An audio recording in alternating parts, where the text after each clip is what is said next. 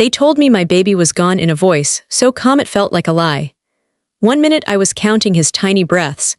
The next I was staring at a still bundle, wrapped in a white blanket that looked too clean for a goodbye. The monitor kept its flat, rude line. My throat made sounds I didn't recognize while the nurse kept saying, "Ma'am, please," like politeness could stitch a heart back together. Marcus stood at the foot of the bed, tall and flawless, his dark eyes dry. He didn't touch me, didn't look at our son. He checked his phone like grief was a notification. "Marcus," I begged, "please hold him. Just once." He exhaled, annoyed. "I can't do this right now. Right now." Like heartbreak had office hours. When the doctor explained complications and oxygen loss, Marcus nodded like he was hearing the weather. Then he leaned close enough for only me to hear. "You embarrassed me," he said. I blinked. "Our baby. You couldn't even carry a child right. Investors don't want drama. Weakness costs money." His voice was ice. "Stop crying." 2 hours later, they rolled me out with empty arms and a body still bleeding. Marcus walked ahead, taking calls, smiling. At home, the porch light glowed warm like a cruel joke. I shuffled inside, one hand on my stomach. The nursery door was open. The little blue crib waited for someone who would never come. I broke again. Loud, ugly sobs. Marcus's face tightened. "Enough," he dragged a suitcase from the closet already packed. "Rhea packed your things." His assistant, the woman who called me sweetie like I was a problem to manage. "Why?" I whispered. "Because you're leaving." The room tilted. "Marcus, I just came from the hospital." He pointed at the door. "You're not bringing that energy into my house. My mother warned me you'd be unstable." "My mother," I repeated, the word bitter. "She's coming over," he said. "She agrees it's best you go back to your people." "I'm your wife," I said, choking. He laughed, sharp, careless. "We're paperwork later. For now, get out." I stared at him, waiting for the man I married to appear, the one who promised we'd be a family even if the world judged us. But the only thing in his eyes was relief, like he'd been looking for an exit. "Please," I begged. "I have nowhere to go tonight." Marcus leaned in. "Not my problem." He slid our house key off his ring and dropped it into my suitcase like spare change. "Clink, you can bring your stuff back when you're calmer," he said. "But you're not sleeping here." The doorbell rang. Marcus's whole face changed, smooth smile, perfect sun. "Mom." Evelyn King stepped inside like she owned the air. Silver hair, pearls, eyes that could cut through steel. She looked me up and down with calculation, not pity. "Oh," she said quietly, "so it happened." "I lost my baby," I managed. "Misfortune comes for everyone," she replied. "The question is what you do after." Marcus said, "I removed her from the house like you advised." Evelyn nodded as if he'd completed a task. Then she turned to me. "Come with me," she said. I blinked. "What? I'm not letting you sleep on the street," she said coldly. "Not because I'm kind, because neighbors talk," Marcus frowned. "Mom," Evelyn snapped one look at him and he went silent. 20 minutes later, I sat in the backseat of her black SUV, clutching my suitcase, staring at city lights. Evelyn drove calm as a judge. "My name is Naomi," I said, because the silence felt like a threat. "I know," she said. "And I know you have no family here. Your father disowned you for marrying Marcus. Your friends are mostly his friends." She glanced at me in the mirror. "You are unprotected." The word landed like a slap. "Why are you helping me?" I whispered. "I'm not helping you," she said. "I'm keeping you." Her house was bigger than Marcus's, old money, heavy doors, quiet halls where secrets could breathe. She led me to a guest room with crisp sheets and no warmth. "You will stay here," she said. "You will rest. You will not cry in front of my staff." "Mrs. King," Evelyn, she corrected. "Listen carefully. Marcus will decide the story. He will tell people you were unstable. That you couldn't handle motherhood, that you caused what happened." My stomach dropped. "He wouldn't." Evelyn's smile was thin. "He will, because people believe men like my son." I shook my head. "Why are you telling me this?" "Because I have a solution," she said. "A way for you to keep your name clean, and to hurt Marcus without looking like you did." My heart hammered. "How?" Evelyn's voice turned soft, almost gentle, dangerous. "You will reconnect with your ex-husband," she said. I froze. "My ex?" "Darius," she replied. "The man you left before Marcus." "No," I whispered. "I'm not a chess piece." Evelyn stepped closer. "You already are. You can't force me." She didn't raise her voice. She didn't need to. "Where will you go tomorrow, Naomi? Your accounts are joint. Your phone is on his plan. The car is in his company's name. You have no income, no home." Each sentence became a chain around my throat. I grabbed my phone with trembling fingers. No signal. Of course, Marcus's plan. I tried Wi-Fi. Evelyn's password was taped under a lamp like she expected me to snoop. A notification popped up from an unknown number, stamped with the time my baby's monitor went flat. Stop asking questions. You signed the FORMS. You don't want an autopsy. My blood turned cold. I hadn't signed anything except discharge papers, papers Marcus shoved in front of me while I was half-conscious. Then another message arrived, shorter, uglier. Rhea KNOWS. I reread it until the words blurred. Rhea, his assistant. Why would she know anything about a hospital room? About my son? I backed away from the phone like it could bite me. On the dresser sat a small vase, too centered, too perfect. I noticed a tiny black dot in the base, a pinhole no bigger than a sesame seed. A camera, my breath caught. Evelyn hadn't brought me here to protect me. She brought me here to watch me. Sleep, Evelyn had said. Tomorrow, we call Darius. But the truth was, I wasn't safe enough to sleep. And if Evelyn was watching, then Marcus wasn't the only one writing my story. If you're hearing this right now, understand one thing. I didn't lose my baby the way they said I did. Someone made sure I would lose him, and they made sure I would blame myself. At 3:11 a.m., I sat on Evelyn King's guest bed fully dressed, shoes on, like a person ready to run from a fire. The camera in the vase stared at me. I turned the vase slowly until it faced the wall, then held my breath. Nothing happened for a full minute. Then my door handle clicked. I didn't scream, I didn't move. I just stared at the door like my eyes could lock it. A woman's voice floated in soft, careful. Naomi. It's Leela. Leela was Evelyn's housekeeper. Mid-50s, warm eyes, the only person in that mansion who looked at me like I was human and not a problem. I brought tea, she whispered. May I? I opened the door a crack. Leela slid in, set the tray down, and then, without looking at the camera, she leaned close. Don't talk near the vase, she murmured. My skin went cold. You know, she nodded once. It's not the only one. I couldn't swallow. Why would she? Leela's hands trembled as she poured tea that neither of us drank. Because Mrs. King doesn't take people in, she collects them. The air in my lungs turned heavy. Marcus knows I'm being watched. Leela's eyes flicked to the ceiling like it might answer. They all know what they need to know. I wanted to cry, but I remembered Evelyn's order, don't cry in front of her staff. So I swallowed my grief until it turned into something sharp. I got messages, I whispered. About forms, about an autopsy. Leela's face tightened like she'd been slapped. Did you ask the hospital for a copy of what you signed? No. Marcus took everything. Then you need proof, she said, and you need it fast. Proof of what? My voice cracked. That my baby didn't just die. Leela didn't answer directly. She reached into her apron pocket and pulled out a small folded paper. On it was a phone number written in neat handwriting. Call this from a safe phone, she said. Not yours, not in this house. Who is it? She hesitated. A nurse. Night shift. She used to work at Mercy Lake Hospital, the one you delivered at. She got transferred after a situation. My heart slammed. What situation? Leela swallowed hard. A rich man's wife asked questions. Before I could ask more, footsteps moved in the hallway. Leela instantly stood straight, picked up the untouched tea like nothing happened, and smoothed her apron. I'll check on you in the morning, she said loudly, like a normal housekeeper. Then she left, and the mansion's silence returned. I waited 5 minutes, then 10. I found my suitcase and unzipped the side pocket where Marcus had tossed my key. Under it was my old wallet, empty except for one thing I forgot I still had. My college ID from 2 years ago, back when I believed love could protect me. I stared at my own photo. Naomi Carter, eyes bright, smile real. That girl didn't know what kind of family she married into. At sunrise, Evelyn called me downstairs like I was a meeting she scheduled. Her breakfast table looked like a magazine spread. Fruit I couldn't taste, coffee I wouldn't drink, and a calm woman who could destroy me with a sentence. Sit, she ordered. I sat. My hands stayed in my lap so she wouldn't see them shake. Evelyn sipped her coffee. You'll be tempted to run. I didn't answer. She smiled slightly. That's fine, run if you like, but you'll still be broke, still be labeled unstable, still be blamed for what happened in that hospital room. What do you want from me? I asked. Evelyn set her cup down with precision. Control. Over my life, over Marcus, she corrected.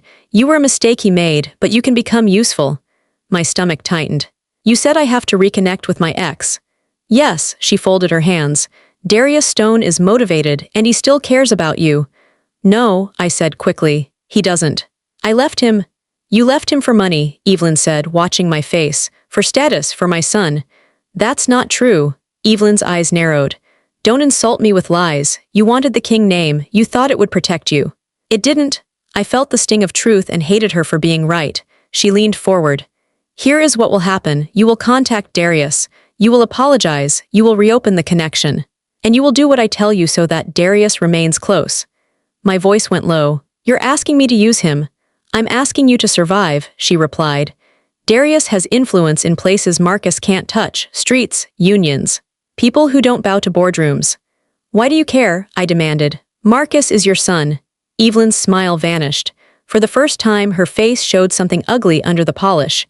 Because Marcus is disobedient, she said softly. And disobedient sons need lessons. A chill ran down my spine. What lesson? She stood, walked behind me and spoke close to my ear. The kind that makes him beg, she whispered. She turned and walked away like she'd just discussed the weather. An hour later, I was in the guest room again, staring at the ceiling, realizing the terrifying truth. Evelyn didn't want to protect Marcus. She wanted to own him. And if I helped her, I might become just as evil as them. That's when my phone buzzed again. New message. Unknown number today, 2 p.m. Meet M.E. outside the morgue entrance. Come alone. Nurse TSS, my breath caught. The number Leela gave me wasn't a trap. It was a door. I stood up, heart racing, and searched the room. Camera in vase. Cameras everywhere. Evelyn would know if I left, so I did the only thing I could. I walked downstairs, found Evelyn in her sunroom, and put on my most broken voice. I'll do it, I said. I'll call Darius. Evelyn looked pleased, like she'd trained me successfully. Good. But I need one thing, I added. I need a phone, a new number. If Marcus knows I'm reaching out, he'll stop me. She studied me, then she nodded once. Reasonable. She handed me a sleek spare phone from a drawer. This is not connected to Marcus. My pulse hammered. She just gave me the weapon I needed. As I took it, I forced a weak smile and said, and if you're enjoying this story so far, don't forget to subscribe, because what I found out at that morgue changed everything. Evelyn didn't react to my words. She thought I was speaking to myself. She thought I was already hers. She was wrong. At 1:40 p.m., I stepped outside for fresh air, holding Evelyn's phone, moving like a woman who had accepted her fate. The guards at the gate barely looked up. Evelyn had already told them I was compliant. I walked down the street until the mansion was out of sight, then I sprinted around a corner and flagged a cab with shaking hands. Mercy Lake Hospital, I said, and please no calls, no stops. The driver nodded and pulled off. In the backseat, I opened the phone and called the number Leela gave me. It rang twice. A woman answered, voice quiet. Tess, it's Naomi, I whispered. I got your message. What is this about? Silence. Then Tess said one sentence that made my whole body go numb. Your baby's file was edited after he died. My vision blurred. Edited how? His time of death, Tess said. His oxygen readings, and the nurse assigned to you wasn't scheduled that night. I gripped the seat so hard my fingers hurt. Who was she? Tess exhaled. Her name is Rhea. My blood ran cold. Marcus's assistant. The same name from the message, Rhea Knows. I whispered, how could she be there? Tess's voice dropped lower. Because someone signed her in as family liaison. Someone powerful. Evelyn. Or Marcus, or both. The cab stopped at the hospital. I stepped out, legs weak, and walked toward the morgue entrance where the air felt colder, heavier, like grief lived there permanently. A woman in scrubs stood near the side door, hood up, looking around like she expected danger. When she saw me, she lifted her head just enough for me to see her eyes. Naomi, she said, urgent. Listen, this isn't safe. People are watching you, I swallowed. I'm already being watched. Tess glanced behind me. Then you need to know the worst part fast. What? She stepped close and pressed a folded paper into my hand. This is a copy of the log. The signature that approved Rhea's access. I unfolded it, heart pounding. 2 names were on it. Marcus King. Evelyn King. My knees almost buckled. Tess grabbed my arm. They didn't just kick you out after your baby died, she hissed. They planned your removal before he was even gone. I stared at the signatures until the letters swam. Then Tess said the final blow, the sentence that snapped something inside me. And Naomi, your baby might not have died by accident. They didn't kill my baby in a moment of rage. They planned it like a business decision. That truth hit me harder than any slap Marcus ever gave me with his words. I stood outside the morgue, the paper shaking in my hands, staring at the signatures like they might rearrange themselves if I blinked hard enough. Marcus King, Evelyn King, mother and son, same ink, same lie. Tess's grip tightened on my arm. Naomi, you need to leave right now. I looked up. You said might not earlier, her jaw clenched, because I don't have final proof yet. But I know what I saw. Tell me, I said. All of it. Don't protect me anymore. Tess glanced around, then pulled me toward the shadow of the building. Your baby's oxygen dipped for 8 minutes before anyone responded. That's impossible, I whispered. The monitor was silenced, she cut in. Not broken, muted. My chest burned. By who? The nurse on duty, Tess said. The one signed in under family liaison. Rhea. My legs felt like water. She's not a nurse. She had clearance, Tess replied. Temporary, approved access. Someone with authority vouched for her, I swallowed. And the doctor? Tess's eyes filled with anger. He wasn't on call. He was pulled from another wing after the damage was already done. I shook my head. Why? Tess didn't hesitate. Because a living baby ties you to Marcus forever. A dead one makes you disposable. The word sliced through me, disposable. I thought of Marcus checking his phone, of the suitcase already packed, of Evelyn's calm voice. They hadn't reacted to tragedy, they'd executed a plan. Tess pressed another paper into my hand. I printed everything I could before my access gets flagged. Logs, times, names. Why help me? I asked, my voice breaking. You'll lose your job. She looked at me like I'd insulted her. I already did. I was transferred because I asked questions about another case like yours. Another, she nodded. Different woman, same family. My heart slammed. There were others. Yes, Tess said quietly. You're not the first wife who lost something after marrying into money. The world tilted. Before I could ask more, a black SUV slowed across the street. Tess's eyes widened. That's not hospital security. My phone buzzed in my hand. Unknown, where are you? Evelyn, my breath caught, they knew. Go, Tess hissed. Now I'll disappear. No, I said, grabbing her wrist. We protect each other. She shook her head. I already made my choice. You make yours. She turned and walked away, melting into the hospital like a ghost, leaving me with the truth and no shield. The SUV's window rolled down just enough for me to see the driver, one of Evelyn's men. Mrs. King, he called politely. Your mother-in-law is concerned. Concerned. I forced myself to walk toward him slowly, like a woman who had nothing to hide. Every step felt like stepping on broken glass. I needed air, I said. Grief is heavy, he studied me. She asked me to bring you home. I smiled weakly. Of course. Inside the car, the silence was loud. My phone buzzed again. Evelyn, I hope you didn't wander too far. Evelyn. People get hurt when they don't listen. I typed back with shaking fingers. Me, I was thinking about what you said, about control. Me, I understand now. 3 dots appeared almost instantly. Evelyn, good girl. The words made my stomach turn, but I let them, because rage is best served cold and I was done screaming inside. Back at the mansion, Evelyn was waiting in the sunroom, calm as a queen. You look pale, she said. Sit, I sat. You went to the hospital, she said casually. I swallowed. I needed closure, she smiled. Closure is a myth. I looked down at my hands. You signed the access log. Silence. Then Evelyn laughed soft, almost proud. So you saw. Why? My voice barely worked. She leaned back. Because Marcus was losing focus, because you were inconvenient, because grief makes people pliable. You killed my son, I whispered. Evelyn's eyes hardened. I removed a liability. Something inside me snapped clean in two. You think you're powerful, I said, my voice suddenly steady. But power without loyalty is fragile. She tilted her head. Careful.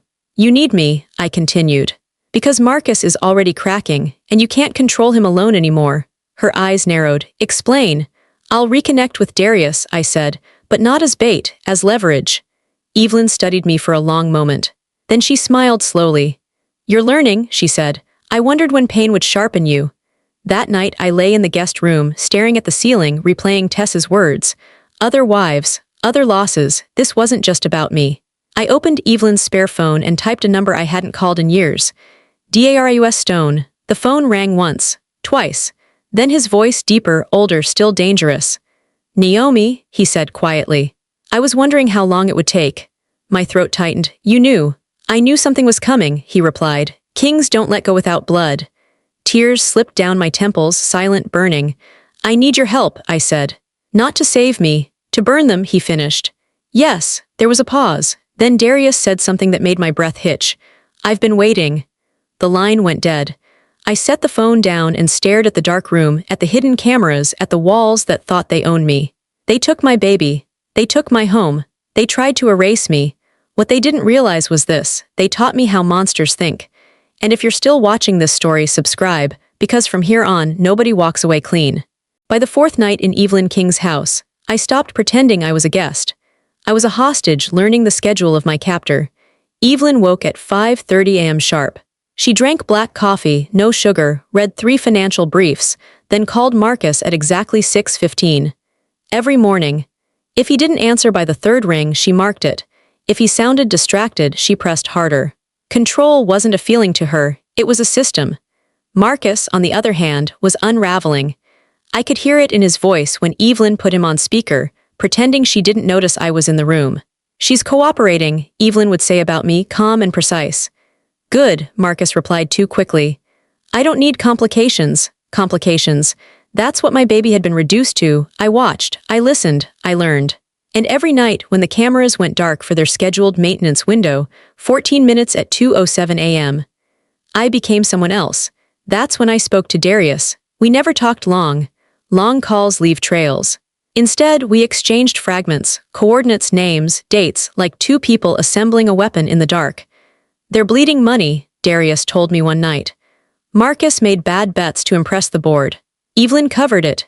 "How?" I asked. "Shell companies, quiet transfers, illegal ones." My pulse quickened. "Proof. Working on it," he said. "But Naomi, this is bigger than revenge." "I know," I replied. "It's about stopping them." There was a pause. Then Darius said, "You sound different." "They killed my son," I said simply. "That changes the math." The next morning, Evelyn tested me. She invited Marcus over. I hadn't seen him since the night he threw me out. When he walked into the sunroom, expensive suit, perfect hair, pretending confidence, my body reacted before my mind did. My hands shook. My chest tightened. He smiled like we were acquaintances.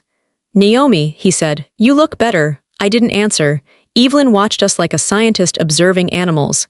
"Sit, Marcus." He sat. His eyes flicked to me then away. "I want us all aligned," Evelyn said. "Naomi has agreed to be reasonable." Marcus nodded. "Good." I met his eyes. "You forged my consent forms." He froze for half a second too long. "Excuse me," he said. "You muted the monitor," I continued calmly. "You let Rhea into the ward. You signed her in, you and your mother." Evelyn raised a hand. "Enough," Marcus stood. "Why is she saying this?" "Because I want to see how you lie," Evelyn replied coolly. Marcus looked at her confused. "Mom," she leaned back. "Sit." He sat again, pale now. I continued, voice steady. "You didn't just remove me after our baby died. You removed me so no one would question why he died." Marcus laughed weakly. "You're not well." Evelyn looked disappointed. "That's the best you have," Marcus snapped. "She's unstable. She's manipulating you." I smiled for the first time. "That's funny, you used to say that about your last wife too." Silence slammed into the room. Evelyn's eyes sharpened. "Explain," Marcus stammered. "She's guessing." "I'm not," I said. "Ask her name. Ask what she lost." Evelyn stared at Marcus like he'd become something unfamiliar. "Marcus," he swallowed. "That was different." "How?" Evelyn asked softly. "She miscarried," he said. "Early." I tilted my head. "Just like the woman before her." Marcus's face broke. "Stop." Evelyn stood slowly. "How many, Marcus?" He didn't answer. "How many women lost children around you?" Evelyn repeated. Marcus's voice cracked. "I didn't mean for it to happen." I felt something inside me harden into steel. "You meant for it not to stop you." Evelyn closed her eyes for a moment. When she opened them, something had shifted. Not guilt, calculation. "You've been careless," she said to her son. Marcus looked relieved. "Mom, listen." "No," she said. "You listen. Naomi is no longer disposable." My heart jumped. "She is now insurance," Evelyn continued. "If you fall, she falls with you. If you rise, she rises just enough to keep quiet." I realized then, Evelyn didn't choose sides. She chose leverage. Marcus looked at me with hatred now. "You planned this." I leaned forward. "You taught me." That afternoon, Evelyn made a call in front of me, deliberate, theatrical. "Release Naomi's personal accounts," she ordered someone. "Limited access." Marcus turned to her. "Why are you giving her anything?" "Because scared people make mistakes," Evelyn said. "And she's no longer scared." She looked at me. "Are you?" I met her gaze. "No, That night, Darius sent me a single message, found it. Attached was a ledger. Payments routed through 3 companies, dates matching every loss, every tragedy, including mine. My hands shook not from fear but from the weight of it. This wasn't just murder, it was a pattern. I forwarded the file to a secure drive and deleted the message. Then I did something Evelyn didn't expect. I cried, not loudly, not dramatically, just enough for the cameras to see, enough for the microphones to hear broken breaths. I let them believe I was cracking. Because predators relax when they smell weakness.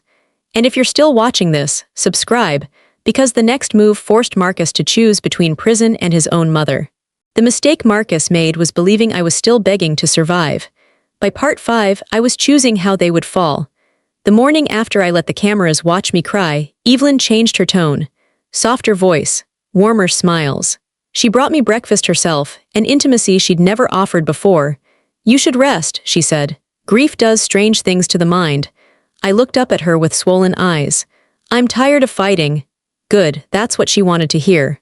Marcus arrived an hour later, tense, jaw tight, hands restless. He didn't look at me. Evelyn gestured for him to sit. We have a problem, she said calmly. Marcus exhaled. I know Naomi is unstable.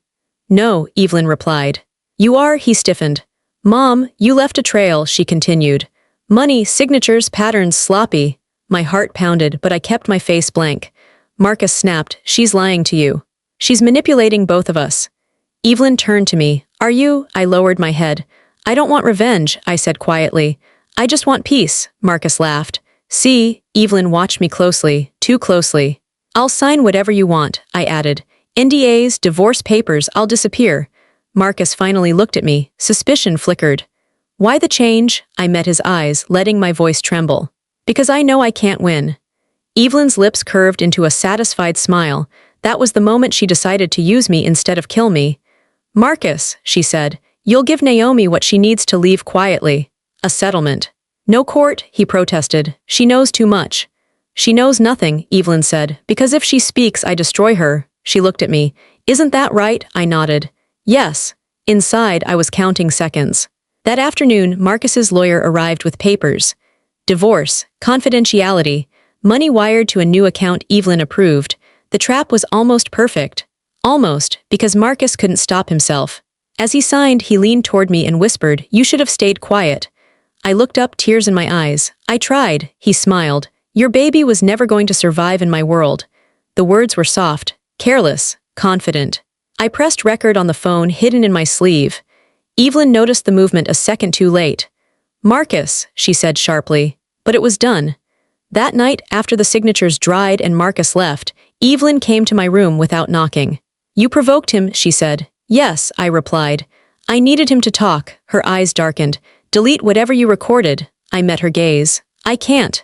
For the first time since I met her, Evelyn looked unsure. You think Darius can protect you? She asked. I don't need protection, I said. I need exposure. She stepped closer. You won't survive this. I smiled through tears. Neither will you. She slapped me, hard.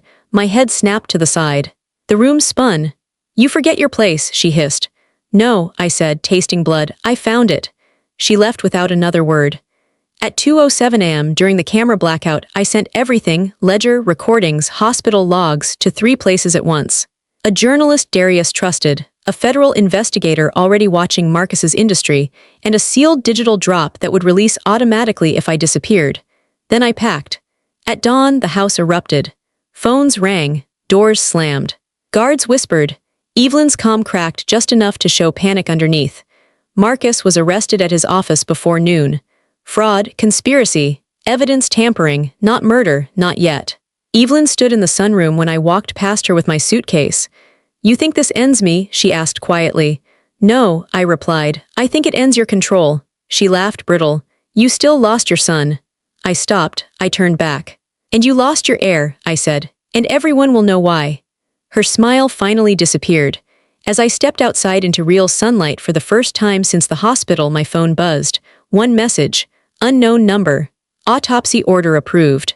Case reopened. I closed my eyes and breathed. Justice was no longer a dream.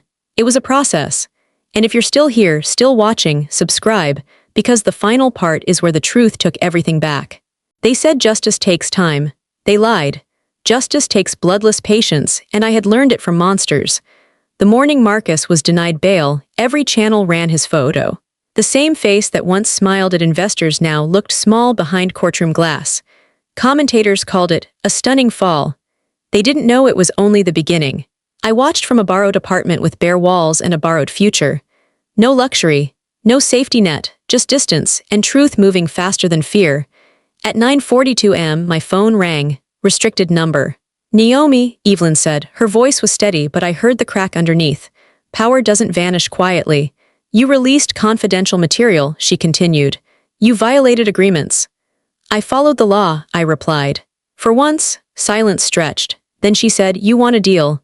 No, I answered. I want the truth on record. You think the system will save you, she scoffed. Men like my son don't go to prison for accidents. Good, I said. Because this wasn't an accident. Another pause, longer, heavier. You reopened the autopsy, she said. Yes, you don't know what you're doing. I know exactly what I'm doing, I replied. I'm letting doctors speak without your money in the room. She laughed, sharp, cruel. You're still grieving. Grief makes people imagine villains.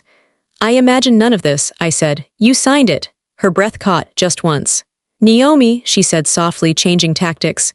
You can still walk away. I did, I replied. That's why you're calling. I hung up. 2 days later, the preliminary report leaked. Cause of death revised. Evidence of prolonged oxygen deprivation. External interference suspected.